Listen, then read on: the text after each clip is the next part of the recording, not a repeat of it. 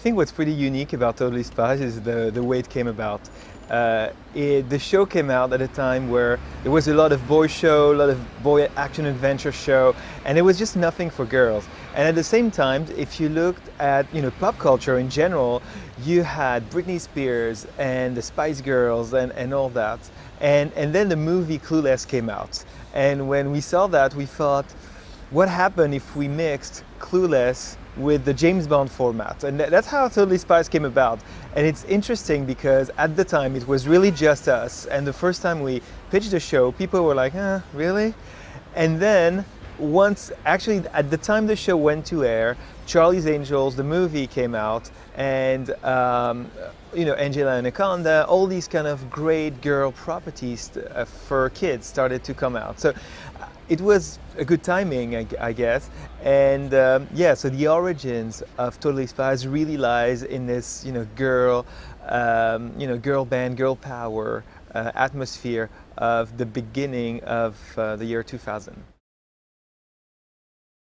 The show very quickly actually sold to most of the world, the developed world, so over 160 territories, if I'm correct. And it's still on in many of these countries. For this season, we've actually relicensed the shows to original broadcasters, so TF1 in France and Teletoon in Canada. And also we're working with new partners, so in most of Europe we're working with Nickelodeon. So it's to tell you the truth, a success always catches you by surprise. We knew the show was good. We weren't expecting at all that it would do this way. And what we really were not expecting was that it would kind of become an evergreen program.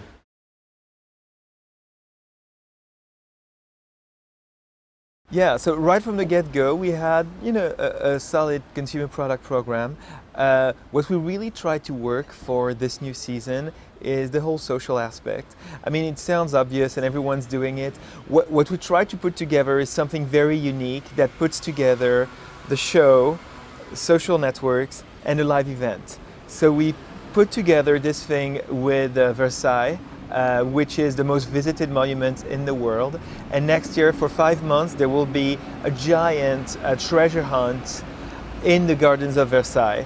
And this will connect with a 1-hour special and with a social platform that we're putting together and an app.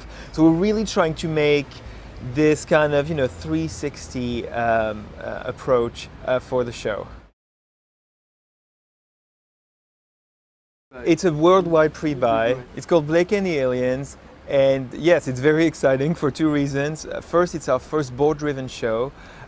These are very hard to make and to put together for a variety of reasons. The first one being you need the right talent. And the second reason why this is really exciting is because for the first time we're working with Nick US, and Nick Worldwide for this show, in addition to Gulli in France and Game One, actually.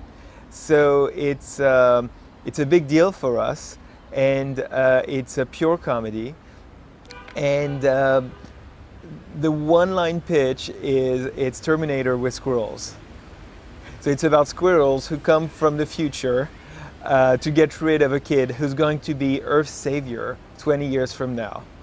So that's it. So we're really excited about it. And yes, we have some of the artists in LA. We'll have some storyboard artists there, headboard artists, and as usual, we will do most of the studio work in France, and but work with very talented people out of there. So we try to keep a good mix of people. I think when you come to France, the first thing that strikes you is the size of the ecosystem for animation. And I'm using that word because it's really about the school. We have a couple of the most known animation schools in the world, and then you have the production milieu, which is partly fed by the subsidies that we receive from the government, but also just by the fact that because we have these students, we're producing this content that looks really great. So it's a really interesting ecosystem and something that's very delicate, that's actually very easy to kill. And so it's something we're very mindful of actually in France.